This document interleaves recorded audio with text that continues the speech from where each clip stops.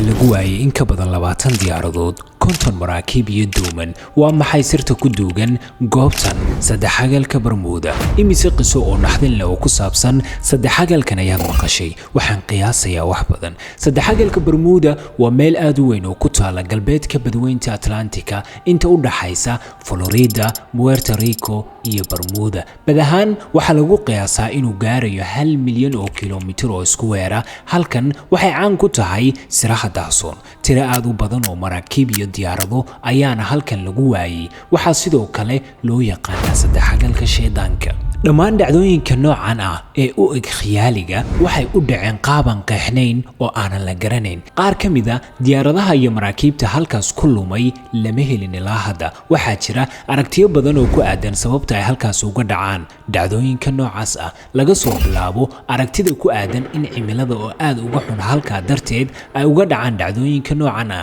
ilaa iyo qaarkood oo aaminsan in dadyo duni kala ku nool ama aliens ay ka geystaan halkan falalka noocan ah laakiin dhammaan waa aragtiyo oo kaliya haddii aynu dib u eegno wararka 1945 ee sheegaya in 5 diyaaradood oo nooca duqeymaha iyo mid loo diray inay iyaga ka war doonto oo laga lahaa dalka Mareykanka lagu waayay halkaas waliba si raad la'aana laga soo bilaabo maalintaas in ka badan 25 diyaaradood iyo kontumiye maraakiiba ayaa lagu waayay halkaas musiibadii ugu dambeysay halkaas ka dhacda ayaa la sheegaa inay dhacday sanadkii 2015 markii lagu waayay halkaas markab xamuul ah oo lagu magacaabay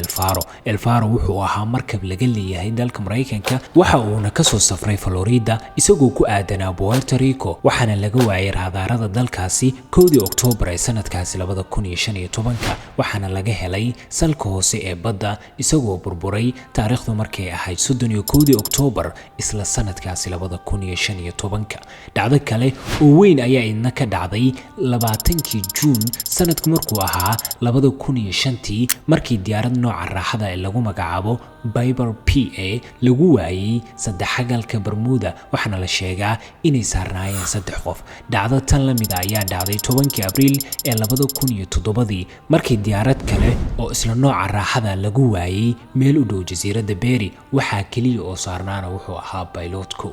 midna lama helin labadaas diyaaradood oo sidaas ayaa lagu waayay waxa sidoo kale jira dhacdooyin yaryar doon nooca raaxada taasoo uu lahaa nin lagu magacaabo Bragg kaasoo lahaa hotel caana oo ku yaala dalka Mareykanka ayaa asaga iyo aabihiis waxay aadeen xeebta magaalada Miami si ay ugu soo dabaaldegaan waqtina ugu soo qaataan xilliga Christmaska sanadkii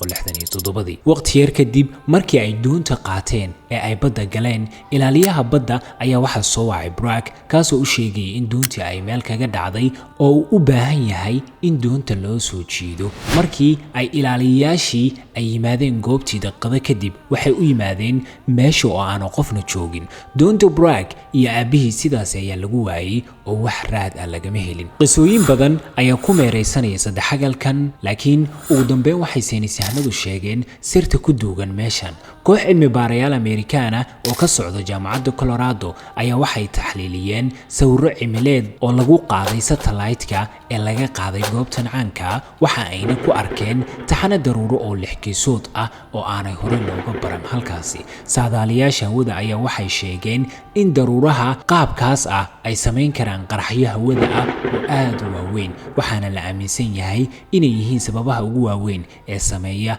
qaraxyo dilaa oo hawada ah kuwaasoo si fudud kaga gudbi kara ilaa 170 maylis saacadiiba duufaano xooggan ayaa dhab ahaantii hawada ka qarxa kuwaas ayaana dhalin kara hirar aad u waaweyn oo dherer ahaan dhaafaya 45 feet ma jiro markab ka badbaadi kara duufaanahaas sidoo kale ma jirto diyaarad u adkeysan karta cimiladaas daruuraha caadi ahaan ma sameeyaan geeso toosan laakiin si kastaba ha ahaatee iyadoo lagu go'aaminayay sawirada uu qaaday satellite-ka saddex goosoodka Bermuda ayaa u muuqda mid macquul gal ku ah aragtidan shaacinta aragtidan waxa ay dhiirigelin u noqotay cilmi baaris kale oo dhowr ah saynisyahanada dhammaan ka soo kala jeeda daafaha dunida ayaa isku dayaya inay soo helaan sababta dhabta ee ka dambaysa ciladan ama dhacdooyinkan maxay kula tahay adiga fikrikaaga nagula wadaag xagga hoose commentiga